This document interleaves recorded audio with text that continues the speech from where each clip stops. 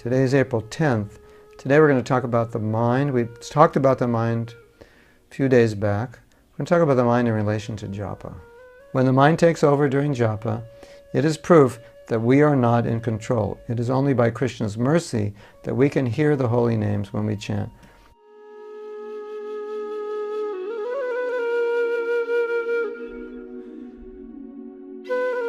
Isn't it interesting how we think, or we come to the material world to be the controller, and we're in this massive illusion that we can control when we can't even control the thoughts that come in and out of our mind. And it's more obvious, obviously, when you chant, because you're not doing anything, so you're more aware of the thoughts.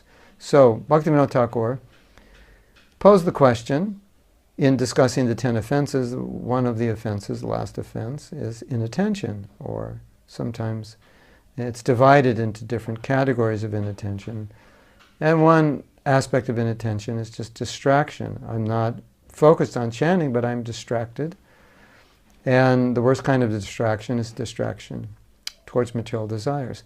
And these things, as we know, they just flow, they just happen naturally. The mind just goes wherever it goes, which is definite proof we are not controllers. Because if we were, we would have total control of our minds. We wouldn't just let it go anywhere, especially during japa. So, Bhaktivinoda Thakur posed the question, how do we avoid the offense of inattention?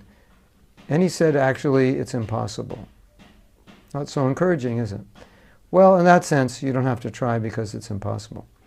But then he gave the solution, and he said, but it is possible by Krishna's mercy.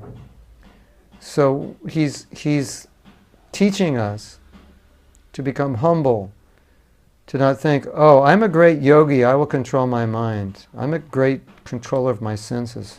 Yes, I will do this. That's not Krishna consciousness. That's material consciousness.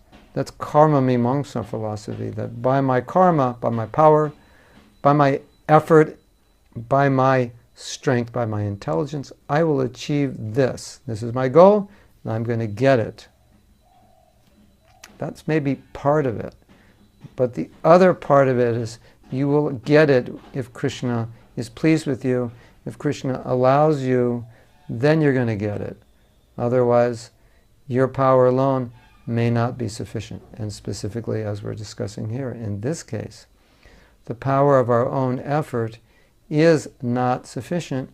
We require Krishna's mercy. So, since we're talking about japa, we apply this idea when we begin chanting, Krishna, please help me. I want to be focused, I want to be absorbed, I want to be prayerful when I chant. I want to feel your presence in the holy name. But without your mercy, I don't know on my own if any of this is possible. So I need your mercy to be able to achieve this. Now, a lot of times what I've seen in myself and in other devotees is that we just give up. We think it's impossible, and I'm trying to be focused, and it's not working. I'm being influenced by the modes of nature. I can't do anything. The more you feel that you can't do anything, you have two choices. The Krishna conscious choice is, the more I feel I can't do something, the more I should realize exactly that I can't do it, and that only Krishna can do it through me, or empower me. So that's how I should think. Instead of thinking, I can't do this, and kind of just give up and go through the motions, and just chant my rounds mechanically, because that's what I'm supposed to do, and go through the motions. You see, I've noticed a lot of devotees, when they come to this fork in the road, they either give up or they get stronger. But too often they give up. Oh, this is too hard. Yeah, that's when you pray. That's when you put your hands up in the air. That's when you realize, because it's hard, you're only going to be successful by Krishna's mercy. But so often, when it becomes hard, this is too hard, I give up. And so, all right, inattention, it's impossible to overcome this offense without Krishna's mercy. But what I've seen, and many devotees have experienced this, and probably you do also, have this experience.